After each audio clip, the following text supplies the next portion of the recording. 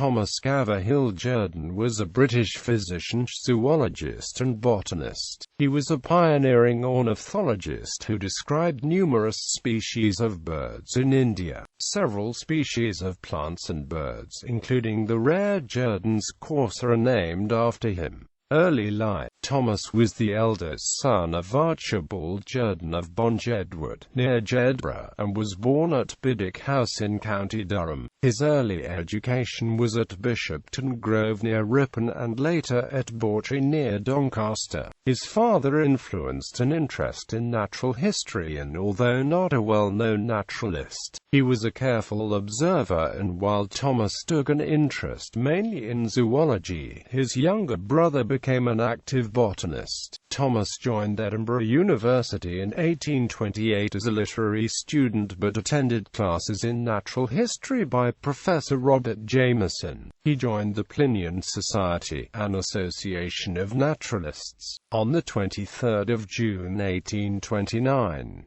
He graduated as a medical student in 1829 to 1830 and continued medical studies before obtaining an assistant surgeonship in the East India Company's service. He was appointed on the 11th of September 1835, and he arrived at Madras on the 21st of February 1836. India. His initial work in India was in dealing with fever and dysentery that affected the troops posted in the Ganjam district. During this posting, he described the birds of the Eastern Ghats. On the 1st of March 1837, he moved to the 2nd Light Cavalry and was posted at Trichinopoly and moved with the regiment to Jalna in central India. He remained in the Deccan region for the next 4 years. In 1841, he visited the Nilgiri Hills on leave, and in July of the same year he married Flora Alexandrina Matilda MacLeod, niece of General L. W. Watson. Flora had an interest in botanical art and took an interest in orchids. She was also an excellent guitarist. Around 1845 the Jerdons lived in their Ooty homeward side, and the children were baptized at the local St. Stephen's Church. 6 months later he was appointed civil surgeon of Nellore. At Nellore, he interacted with the Yanadi tribes and obtained information on local names of birds and studied the natural history of the area. On the 25th of October 1844 he was transferred to Fort St. George as garrison assistant surgeon. During this time he took an interest in the fishes of the Bay of Bengal. On the 12th of February 1847 he was appointed civil surgeon of Tellicherry. This position led him to describe many species from the Malabar region, including ants such as the distinctive Harpegnathos saltata. He resigned from civil charge on the 3rd of June 1851 and was promoted as surgeon with the 4th Light Cavalry in Sagar on the 29th of February 1852. After peace, regained following the 1857 revolts, he was made surgeon major on the 1st of October 1858. He subsequently went to Darjeeling on sick leave and studied the Himalayan fauna before joining back into the 11th Native Infantry Regiment in Burma and making use of that opportunity to study the region. Around 1861 a mission to Tibet was to be conducted by Captain E. Smythe, and Jerdon was to accompany the group as botanist, but failure to obtain passports from Pekin led to the mission being cancelled. Around the same time Lord Canning enabled him to take special duty that would allow him to work on the publication of a series of books on the vertebrates of India. This began with his works on the birds of India, followed by works on the mammals, reptiles and fish. On the 28th of February 1868 he retired from service and he was given the honorary position of Deputy Inspector General of Hospitals in Madras on the 28th of October, 1868. While still in Guwahati, Assam, he suffered a severe attack of fever and moved to Calcutta to convalesce, but his condition deteriorated, leading to his return to England in June 1870. In 1871 he became a member of the Berwickshire Natural History Society and joined them on walks. His health, however, continued to decline and he died at Auburn's Road, Upper Norwood on 12 June 1872, and was buried in West Norwood Cemetery. Flora died at her home in 40 Marina on 24 August 1910 and was buried at the Hastings Borough Cemetery. Natural history. Jerdon started collecting birds almost immediately on arrival in India on 21 February 1836.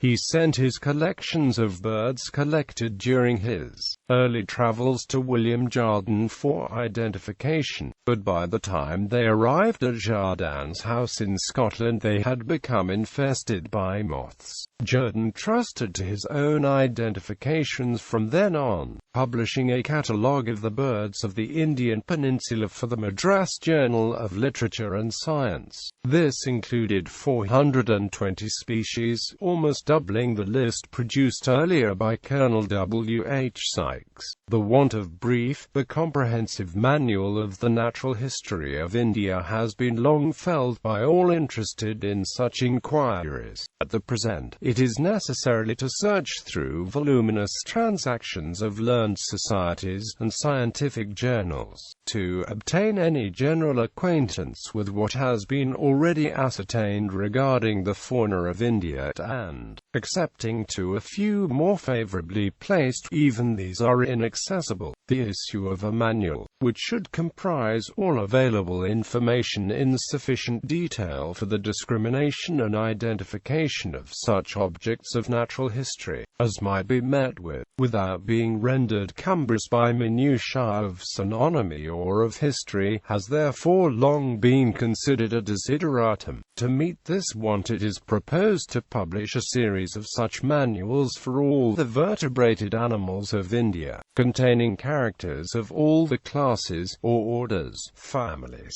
and genera, and descriptions of all the species of all mammals, birds, reptiles, and fishes found in India. Prospectus in his Birds of India regarding the proposed the fauna of British India, including Ceylon and Burma. Jerdon's most important publication was the Birds of India, which included over 1,008 species in 2 volumes, with the second volume in 2 parts. This work was dedicated to Lord Canning and Lord Elgin, who supported the venture. This work was not without its critics. A reviewer pointed out that Jerdon seemed unaware of the significance of geographic distributions in evolutionary relatedness. Jerdon was an admirer of the quaternarian classification of Swainson. Jerdon's opinion on Darwin's theory was that it perhaps lays too much stress on external and fortuitous circumstances as producing varieties,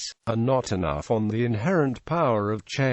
The reviewer also pointed out problems in his usage of George Gray's arrangement of the bird classes and states, in thus following the fantasies of Cowper and the mad vagaries of Bonaparte. We cannot believe that Dr. Jerdon has acted well for his own reputation, nor wisely as regards the class of readers for whom his volumes are specially intended. Jerdon documented the local names of many birds, although he did not follow a consistent spelling for Hindi and Urdu words. Jerdon's other major work was the Illustrations of Indian Ornithology in 1844, which included illustration made by Indian artists, about which he wrote in his later works. In 1844, I published a selection of 50 colored lithographs, chiefly of unfigured birds of southern India, and the excellence and faithfulness of the drawings has been universally allowed. Other works included the game birds and wild fowl of India and mammals of India. He had a wide interest in natural history, and his studies include descriptions of plants, ants, amphibians, reptiles, birds as well as mammals.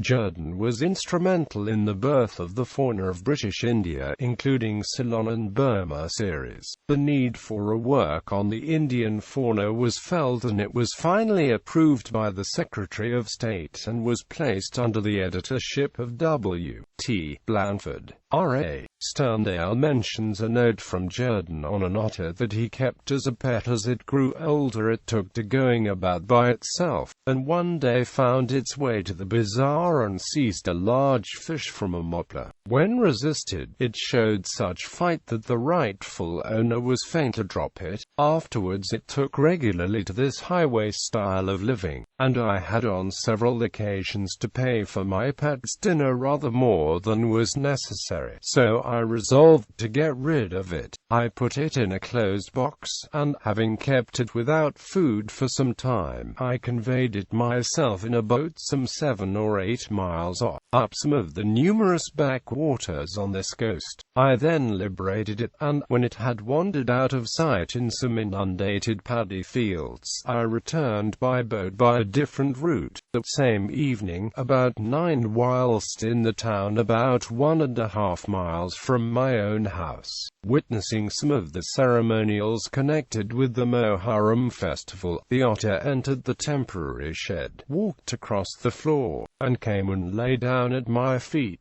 His work on the reptiles of India was not completed, and it was only after his death that the proofs were sent to his home. In 1874 several volumes with his original drawings of reptiles were auctioned by Messrs.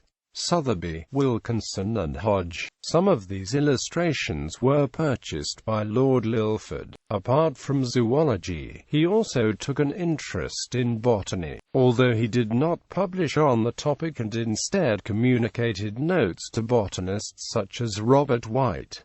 White notes that, "I am indebted to Mr. Jerdon for this interesting little plant, which has forming the type of a new genus. I have much pleasure in dedicating to the discoverer an honor well merited by his extensive researches in all branches of organic natural history. Though botany is the last to which he has given his attention, it has already reaped considerable advantage from his energetic application to the study of plants. In his personal matters he was said to be careless and forgetful. He often had trouble with his creditors, and during the time of his death he was found to be insolvent." Jerdon has also been noted as being rash. On one occasion, he tried catching a cobra by the tail and got bitten on the tip of finger, which he slashed with a pocket knife. He was also nearly strangled by a pet python that he kept. Eponymous. Jerdon is honored in the specific names of 3 species of lizards and 3 species of snakes. Writings: Cuculus Himalayanus sp. N. Madras J. Literature and Science 1112-13. Cuculus venestus sp. N. Madras J. Literature and Science 13-140. Illustrations of Indian Ornithology. American Mission Press, Madras. A catalogue of the species of ants found in southern India. Madras J. Lit. Sci. 17-103-127. Catalogue of reptiles inhabiting the peninsula of India. J. Asiat. So. 153. A catalogue of the species of ants found in southern India. An. Mag. Nat. Hist. 1345-56.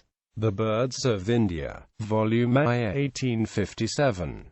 The Birds of India, Volume 2, Part I, 1895. The Birds of India, Volume 3, 1931. Notes on Indian Herpetology. P. Asiatic Soc. Bengal, March 1870, 66-85. The Mammals of India, Natural History. John Weldon, London.